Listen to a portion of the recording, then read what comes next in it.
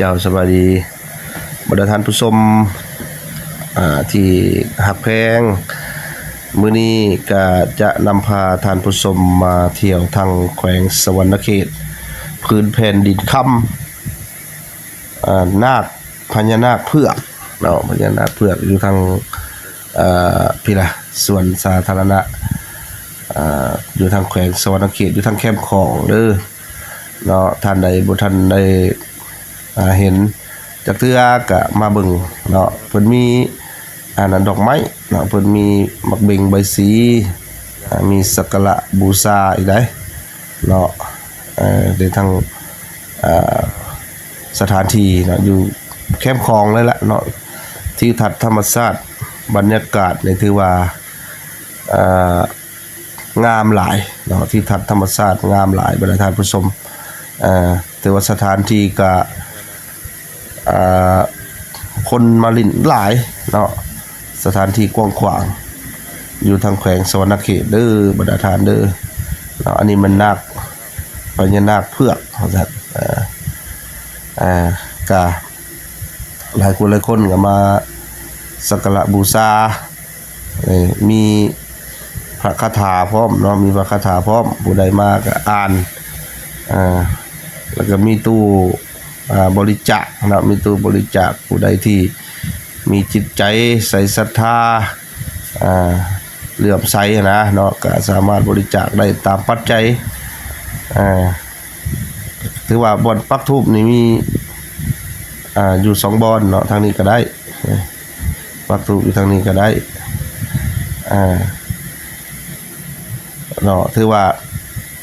ก็มีเสียงดวงละอยู่ในทูปมันมีเสียงดวงนำเนาะอันนี้เป็นนาคเผือกเด้อนาคเผือกนะท่านอยู่ทางแขวงสวรรณเขตพื้นแผ่นดินค่ำพระธาตุอิงหังสถานบูหานสง่าสัตว์โลกไดโนเสาร์100 ล้านปีประเพณีวัฒนธรรมล้ำเลิศถิ่นกำเนิดครับลำ4จังหวะเนาะถือว่าได้มาฮอดมาถึงแขวงสวรรณเขตอันนี้เป็นแหล่งท่องเที่ยวอีกแห่งหนึ่งของแขวงสวรรณเขตสำหรับผู้ที่บ่ทันได้มากับเบิ่งได้เนาะอันนี้นาคเผือกเนาะถือว่าใหญ่ได้ถ้าว่าได้มาสัมผัสด้วยตนเองนี่โอ้แห่งสิดีอกดีใจแห่งสิมีศรัทธาบรรดาท่านในสถานที่กว้างๆบ่อนจอดรถก็มีเนาะบ่อนลิ้นบ่อนเที่ยวนี่อยู่ทางแคมป์ของนี่ส่วนสาธารณะส่วนวัฒนธรรมนี่นะเนาะถือว่ามีสักการะบูชาได้เห็นบ่ประชาชนมาลิ้นมาเที่ยวเนาะน้ำคลองก็ขึ้นหลายมื้อนี้น้ำคลองก็ขึ้นหลายท่านผู้ชมบ่ได้แม่นน้อยๆเด้พญานาคเผือกเฮานี่ก็ได้สูงยาวเนาะอันนี้แม่นพระคาถาคำบูชาพญานาคเนาะขอให้มีโชคมีลาภมีโชคมีไสเนาะผู้ใดมาก็เห็นแล้วแหละนี่บ่แม่นน้อยๆได้ใหญ่แท้ๆนี่พูดบรรดาท่านผู้ชมเว้ยพญานาคเผือกอันนี้นะอยู่ทางสวนสาธารณะแขวงสวรรณเขตอยู่แคมป์คลองไปได้จะอันนี้ถือว่าบริเวณเนาะเป็นบริเวณยาวได้บรรดาท่านผู้ชมยาวเติบได้พุ่นหางเพิ่นบ่อยู่พุ่นได้ส่วนหลายเจ้าศรัทธาหรือว่าผู้ที่มีศรัทธาเนาะผู้มาแล้วก็ลอดไปลอดมาแล้วทางพื้นท้องนี่นะทางพื้นท้องรูปเนาะรูปพื้นท้องแน่อันนี้มันนาคเผือกใหญ่แท้ๆเลยทั้งใหญ่ทั้งยาวอยู่ทางแขวงสวรรณเขตเด้อพุ่นน่ะเบิ่งน้ำกันอันนี้เฮามาเฮาก็ถ่ายให้เบิ่งผู้ที่บทท่านได้ไปเนาะอันนี้อยู่แขวงสวรรณเขตนั่นนี่นะอยู่แคมป์ของนะเนาะยานาคเผือกโอ้ใหญ่แท้ได้เห็นก็ดีอกดีใจนี่แหละผู้มีศรัทธาก็ไปสักการะบูชานี่ย่างพอแห้งได้จังฮอดอันหางเพิ่นได้รูปไปนี่รูปปูนบ่แม่นใกล้ๆได้ไกลเติบได้เนาะอันนี้มันพญานาคเผือกผู้ใดที่ได้มาสักการะบูชาก็มีพระคาถาสำหรับบูชาเด้ให้มีโชคมีไสโชคมาร่ำรวย ผู้เฮาได้มานี่ก็โชคมานคือกันแหละผู้เฮาได้มาเนาะผู้เบิ่งก็ให้โชคมานเด้อผู้ใดบ่ได้มานะก็ให้โชคมานร่ำรวยเนาะอันนี้มันผู้รูปรูปวันใดรูปบ่ถึงก็บ่ถึงเฮารูปไปเลยยาวได้ผุ่นหางยาวได้ผุ่นยังไกลเติบได้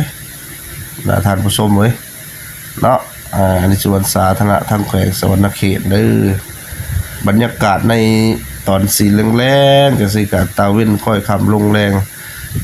สัมผัสกับบรรยากาศแถวแคมป์ของทางแขวงสวรรณเขตนี่ก็ป้อคุณนะสูงเนาะหัวพุ่นสูงและก็มีโชคมีไส้ในได้สังเกตบรทานสังเกตเห็นบ่มีโชคผู้ใดที่จะโชคนะ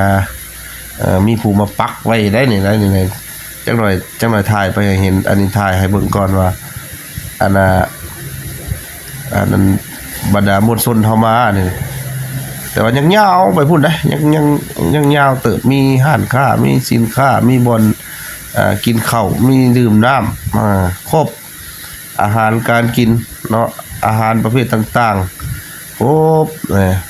ลยถ่ายมานี่เห็นมีโชคมีไส้พร้อมได้นี่เนาะผู้ใดเห็นนี่หากก็ออกปลาโลมา2ตัวยังอีกตัวหนึ่งอยู่ตั้งลุ่ม